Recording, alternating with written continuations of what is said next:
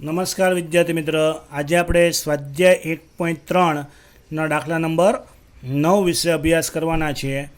જો એ અને બી નિદર્શ અવકાશ યુમાંની નિશેષ અને પરસ્પર નિવારક ઘટનાઓ હોય અને પી ઓફ એ બરાબર 2 પી ઓફ બી હોય તો પી ઓફ એ શોધો. વિદ્યાર્થી મિત્રો, તમને સ્પષ્ટ કીધું છે એ અને બી યુમાંની નિશેષ અને પરસ્પર નિવારક. તો નિશેષ અને પરસ્પર નિવારકનું જો સૂત્ર તમને આવડતું હશે તો તમને દાખલો આવડશે. તો લખાય એ અને બી નિશેષ અને પરસ્પર નિવારક ઘટના હોવાથી વિદ્યાર્થી મિત્ર સૂત્ર છે P of A plus P of B બરાબર 1 થાય.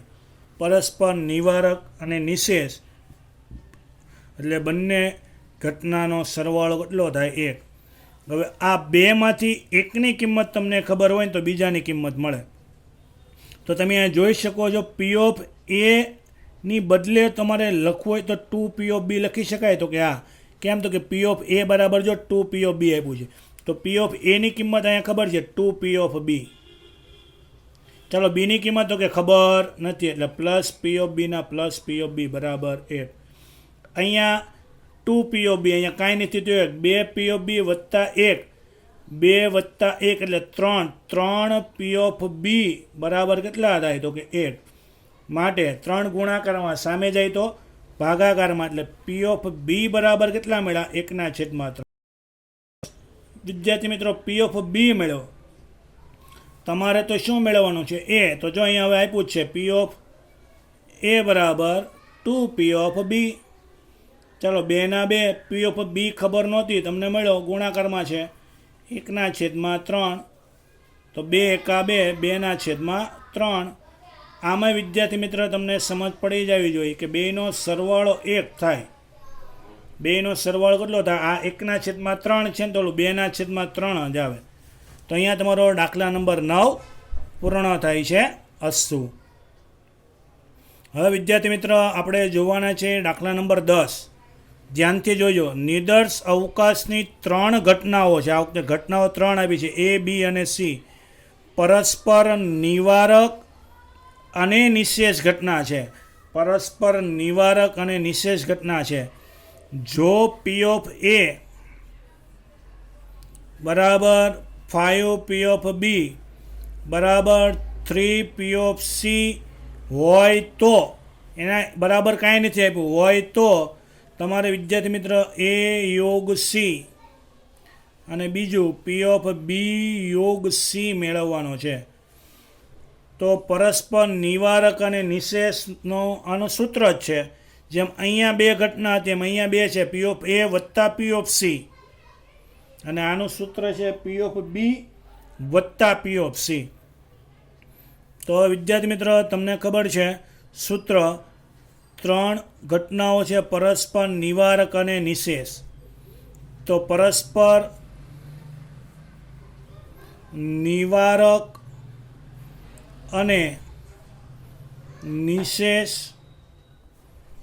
ઘટના હોવાથી વિદ્યાર્થી મિત્ર સૂત્ર આવું થાય P of A plus P of B plus P of C બરાબર કેટલા થાય? 1.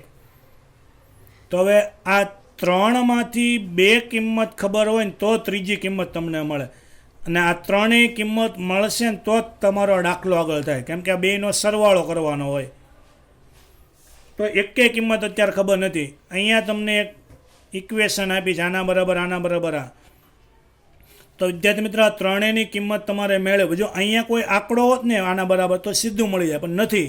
તો હવે શું કરવાનું? એના બરાબર એક્સ ધારી લેવાનું. યાદ રાખજો 4 પી ઓફ એ બરાબર 5 પી ઓફ બી બરાબર 3 પી ઓફ સી બરાબર શું ધારી લેવાનું? એક્સ. તો હવે એક વાર સરખામણી કરતા જાય એટલે એકની તમને કિંમત મળતી જશે. પહેલાં લખવાનું 4 પી ઓફ એ બરાબર એક્સ બોલો 4 ગુણાકારમાં સામે જાય તો ભાગાકારમાં ડાયરેક્ટ ખબર પડી જશે તો કે હા પી ઓફ એ બરાબર એક્સના છેદમાં 4. આ પી ઓફ એની કિંમત મળી તમને, એ સૂત્રમાં મૂકવા તમને કામ લાગશે, કે તમને આપેલી નહોતી અહીંયા જુઓ. એ જ રીતે ફરીથી સરખામણી 5 પી ઓફ બી બરાબર એક્સ માટે પી બરાબર એક્સના છેદમાં 5. તો વિદ્યાર્થી મિત્ર અહીંયા બીજી કિંમત તમને મળી પી ઓફ બીની.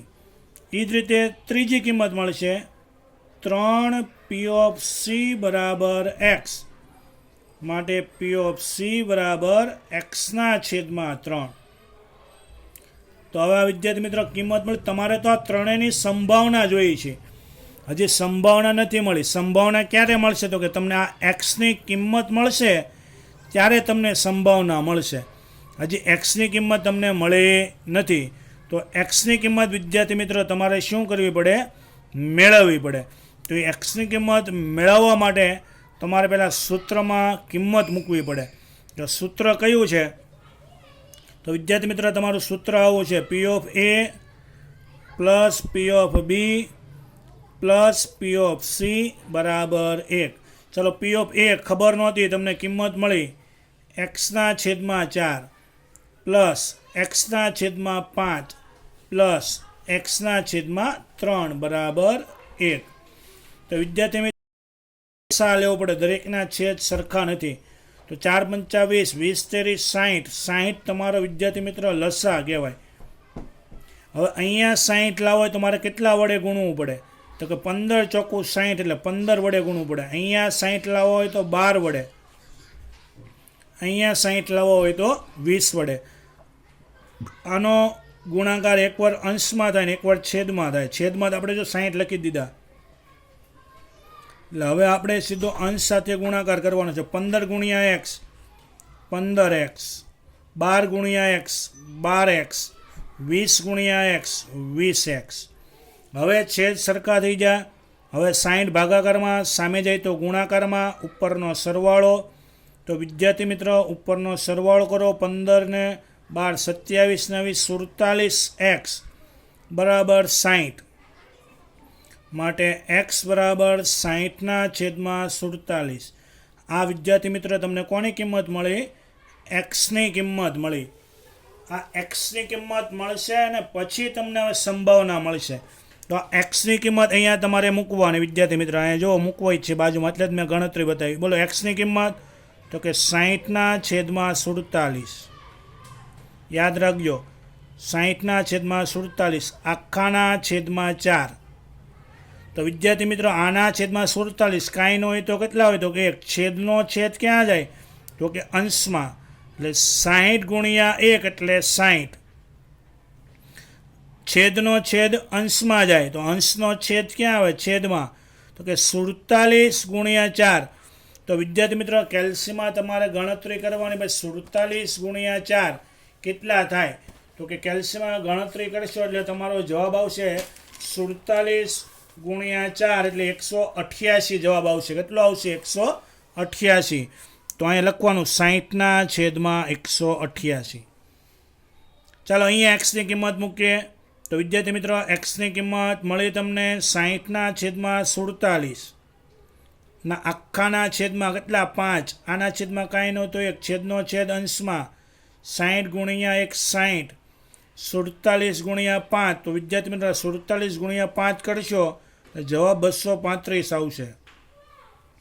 ત્યારબાદ વિદ્યાર્થી મિત્રો તમારે દાખલામાં આગળ એક્સની કિંમત અહીંયા મૂકો. તો એક્સની કિંમત તમારી કેટલી આવી? તો કે 60ના છેદમાં 47 આખાના છેદમાં 3, એના છેદમાં કાંઈ નહીં એટલે છેદનો છેદ અંશમાં 60, 47 ગુણ્યા 3 કરશો એટલે જવાબ આવશે 141. તો અહીંયા તમને પી ઓફ એ મળી ગયો, પી ઓફ બી મળી ગયો અને પી ઓફ સી મળી ગયું. હવે વિદ્યાર્થી મિત્ર તમને દાખલામાં ગણતરી કરશો એટલે તમને જવાબ આવશે. હવે તમારે મેળવવાને છે શું? તો કે એ યોગ સી. તો વિદ્યાર્થી મિત્ર અહીંયા જ ગણતરી કરી દઈએ છીએ આપણે. તો વિદ્યાર્થી મિત્ર પી ઓફ એ યોગ સી મેળવવાનો છે. આનું સૂત્ર આવું થાય P of A plus P of C. યાદ રાખજો. તો બાજુમાં જ લખી દઈએ પી ઓફ એ તો કે 60/188 પ્લસ પી ઓફ સી તો કે 60/141. હવે ઘણાને લસા લેતા નથી આવડતું. જેને લસા લેતા ન આવડે ને એને પોઈન્ટમાં ફેરવી દેવાનું. 60/188 એટલે 0.32 થાય ને 60/141 એટલે 0.43 થાય. એટલે આ બંનેનો સરવાળો વિદ્યાર્થી મિત્રો 0.75 આવે. કેટલો આવે? 0.75. તો આ પહેલું તમને મળી ગયું એ યોગ સી. બીજું મેળવવાનું છે બી યોગ સી. પરસ્પર નિવારક અને નિશેષ એટલે બેનો સરવાળો થાય. પી ઓફ બી વત્તા પી ઓફ સી. તો પી ઓફ બીની કિંમત વિદ્યાર્થી મિત્ર 60/235. પી ઓફ સીની કિંમત તો કે 60/141. લસા ન લેવો તો આ બંનેનો ભાગાકાર કરવાનો 0.26. આ બંનેનો ભાગાકાર 0.43. બંનેનો સરવાળો 0.69. તો અહીંયા વિદ્યાર્થી મિત્ર તમારો દાખલા નંબર 10 પૂર્ણ થાય છે. અસ્તુ.